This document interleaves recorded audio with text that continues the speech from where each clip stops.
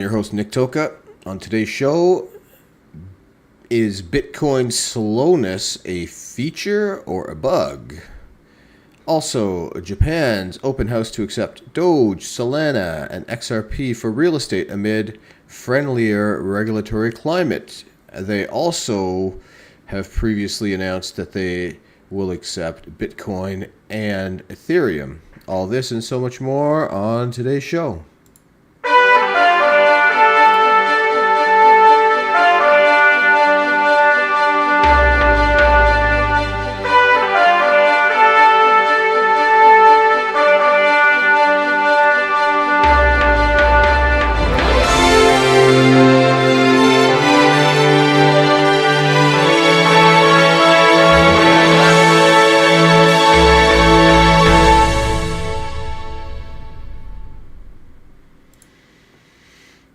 Well, folks, it is March 23rd, 2025, and I have some interesting news. I'm your host, Nick Toka, on Crypto News Global. Japan's open house is ready to accept Doge, Solana, and XRP for their real estate. So you can basically buy a house in Japan with crypto now.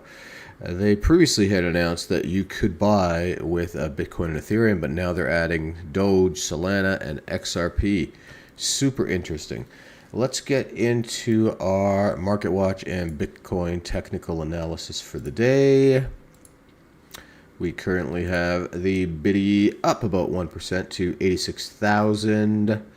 Solana up 2.5%, 134 bucks. XRP up 1%. $2.43. Doge up 1% at 17 cents. Let's zoom into our crypto bubbles, and about 60 some odd percent in the green for today, including some big winners. Form up 8.5%, Trump up 6%, Bonk up 6%. Doge and Solana up 2% and 3% respectively. Let's zoom out to the weekly. Some big gainers. Bonk 23%, Cake 32%, Hype 19%. And let's check out our monthly. We have a few more coins in the green for the month now than we did. It seems to be more and more every day now. Back on the uptrend. We've got Pi up 26%. For the month, but we do know that Pi is way down for the month. Kava up 25% for the month, and PancakeSwap definitely up for the month, as we see it almost every day. It's up 9.5% for the month. Total crypto market cap exactly 1.7 trillion for Bitcoin, 239 billion Ethereum, XRP 140 billion, Solana 68 billion, Doge 25 billion, Cardano 25 billion, Tron 21 billion to wrap up the top 10. The current total market cap is 2.75 for all cryptos combined, with Bitcoin holding 61.8% of that, Ethereum 8.7%, XRP 5.12%. We are currently at a 45 in neutral in our crypto fear and greed index, with yesterday being a 30 in fear and last week a 32 in fear. There are approximately 1,116 days left until the next Bitcoin halving in 2028, with 160,844 blocks left to mine. Top assets by market cap. We've got gold, as usual, way up there, 20 trillion, 3. Apple, 3.2 trillion. Microsoft, 2.9 trillion. And Nvidia, 2.871 trillion. Amazon, 2 trillion. Google, 2 trillion. Silver, 1.892 trillion. Bitcoin, number 8, 1.697 trillion. Saudi Aramco, 1.6 trillion. And Facebook, 1.5 trillion. You can currently get 1,166 Satoshis for $1 US.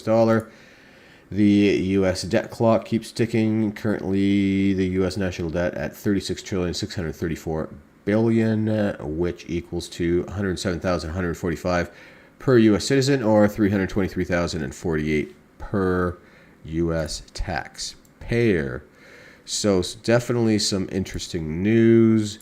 And one thing that's often discussed with Bitcoin is that it's slow, and this is why all these Bitcoin is a layer 1 blockchain, and they basically every 10 minutes a new block gets created. So if you have a transaction, you buy a pack of gum, it would actually take 10 minutes for this transaction to complete. So it doesn't make it feasible. So there are layer 2 and layer 3 coins that take advantage of the blockchain. So effectively, these layer 2, layer 3, you make a transaction with these, and they then actually make the transaction. So let's call my microphone the blockchain, when really all it is a ledger, folks. It's just an accounting ledger, the blockchain, right? It's just numbers that are being held. So let's call my microphone the blockchain. So that's the main blockchain. If you're going to use Bitcoin directly, it's going to take 10 minutes to actually complete a transaction. So instead, what happens is the layer 2, layer 3, they make a side chain, right?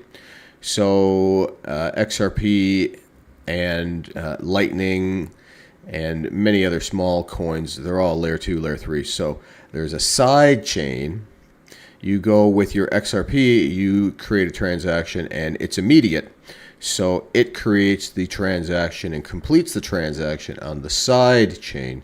Then it posts this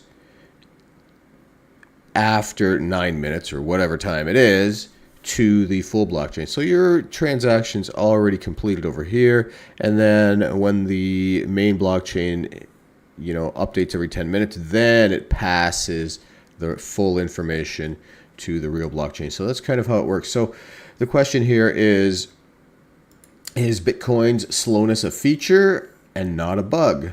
The deliberate pace of Bitcoin transactions ensures security and decentralization, fostering trust among users and preventing undue influence from centralized entities.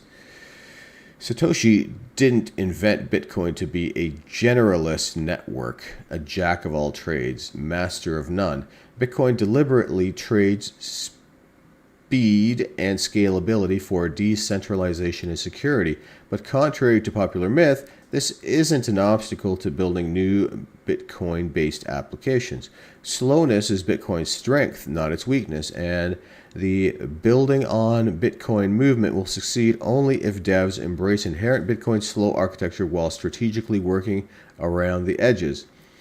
Don't try to change Bitcoin. Bitcoin's slowness is crucial to its security model and transaction confirmation mechanism. Instead of relying on centralized intermediaries, Bitcoin achieves trustless transactions finality through proof of work consensus, prioritizing security over speed. The resource-intensive and time-consuming proof of work provides a computational guarantee to prevent malicious actors from altering Bitcoin's transaction history. The 10-minute block confirmation time is thus one of Bitcoin's core security features, albeit among the most fundamental ones. A shorter block time would increase the chances of orphaned blocks and forks, whereas a slower blocks ensure transactions that are propagated across miners to confirm and agree on the longest chain. This negates the chances of validating wrong transactions and hard forks. Yet Bitcoin's scalability has always been a point of contention. So devs have tried improving Bitcoin's throughput and making it cheaper during the high network congestion. One such proposal was increasing the block size to reduce transaction fees while allowing for more data storage within a block. The community fought back with good reason, and it led to the so-called block size war. While larger Bitcoin blocks could have processed more transactions per second, making the chain faster and more scalable, it severely affects decentralization and network security.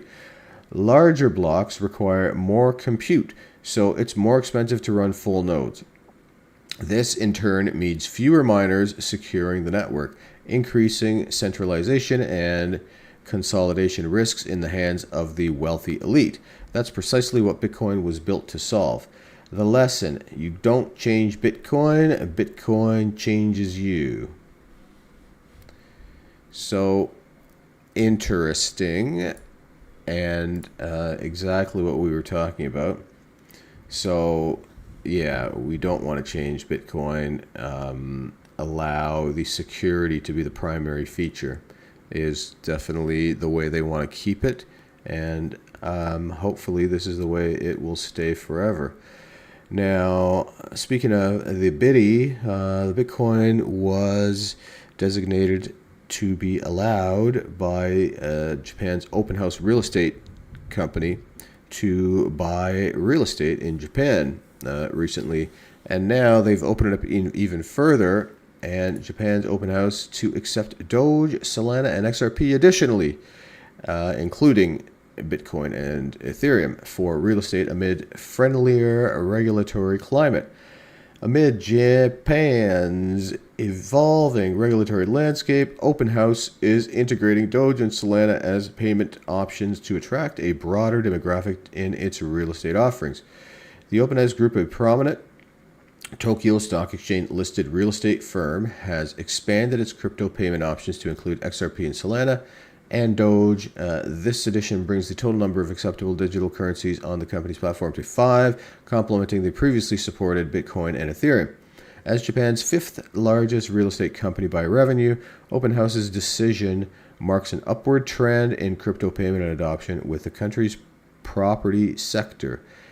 Emi Yoshikawa, a former Ripple executive, shared the news on X, highlighting the importance of this development. According to a translated press release, Open House Group aims to facilitate international property purchases in Japan through its Open House Global portal, now offering crypto payment information and multilingual support to cater to global clientele. This move by Open House could set a precedent for mainstream crypto transactions in high-value purchases, potentially encouraging other businesses in Japan and globally to follow suit. It further legitimizes cryptocurrencies as a viable payment option for significant transactions. Japan is evolving to accommodate crypto. Japan's regulatory environment has been evolving to accommodate crypto adoption. The country has implemented clear guidelines for crypto businesses, and Japan's Financial Services Agency recently proposed significant updates to the Payment Services Act, introducing new regulation for stablecoins and cryptocurrencies. The aim is to diversify stablecoin reserves, allowing trust companies to hold up to 50% of reserves in terms of deposits and government bonds while maintaining a one-to-one backing. This would enhance investors' protection by enabling regulators to mandate offshore custody of spot digital assets and stablecoin by exchanges, addressing concerns raised by past exchange collapses. The bill also introduces a new category of intermediaries that can act as brokers between clients and crypto exchanges without registering as exchanges themselves, streamlining the process while maintaining regulatory oversight on asset and risk disclosures. At the same time, a proposal is being discussed by Japan's ruling Liberal Democratic Party that would introduce a 20% tax rate for crypto investments, aligning them with stocks and other financial products. As more established companies like Open House embrace cryptocurrencies and government policies continue to pursue a more crypto-friendly stance, it could pave the way for wider adoption and use cases in Japan's property market and beyond. So very cool. You can now buy a house with Doge. Crazy. So let's hope those Doge and XRP prices pump to $100, and I'm sure a lot of people will be buying houses in Japan, as well as we all know that Ferrari started accepting Bitcoin about 6 months ago. It might have even been longer than maybe 1 year now. Not that, if your Bitcoin went to $1 million, you'd buy a Ferrari, but it was a nice, highly visible company saying, yes, we're embracing Bitcoin. Yes, you can buy a Ferrari with Bitcoin. So pretty cool on all fronts here. I like what Japan's doing, and yes, they are the first, but I don't see them being the last. We've already talked about crypto loans, or sorry, Bitcoin loans, where some banks will accept your Bitcoin on a loan. They'll give you, you give them your Bitcoin, they'll give you, we'll say right now, 85K, and you owe it back in, 5 years, or, you create a 25-year mortgage. Now, the smart part, and I'm sure people who have a fair amount of Bitcoin are taking advantage of this. What they'll do is they'll loan the bank their Bitcoin. They'll get the 100 grand. They'll buy a house or buy whatever for the 100 grand. Then they'll wait 4 or 5 years for the Bitcoin price to go up to, let's say, $1 million, perhaps the next halving cycle. They will then subsequently get their Bitcoin back, pay off the loan of 100,000, and then pay off the rest of the house. Instead of having this, by then, if their Bitcoin's worth $1 million and the house they bought was worth, 300, well, they can now afford to actually buy the full house instead of having a mortgage at all. So interesting times, and I feel like things every day, there's new stories that come up with big companies and banks and you name it that are embracing the biddy. So let's hope that that keeps continuing, because we all know that there are trillions, 900 trillion approximately assets in the world. So it'd be nice if we could take advantage of some of these and buy them up with our Bitcoin, because money is abundant, folks. We know that money is everywhere. It's time that's scarce. So use your time wisely. Spend less time messing around and more time learning, more time with family. Spend less money than what you earn. If you start making more money, all of a sudden start saving more money. Don't start spending more money, and start saving when you're young. Start investing when you're young, in your teens, in your 20s, and ideally you can retire when you're 40 or 45. If you have a great idea, jump on it right away. Start right away, even if you're not ready, and things will slowly come together for you. Remember, folks, here at Crypto News Global, you're not only watching or listening to Crypto News Global around the world, you are Crypto News Global.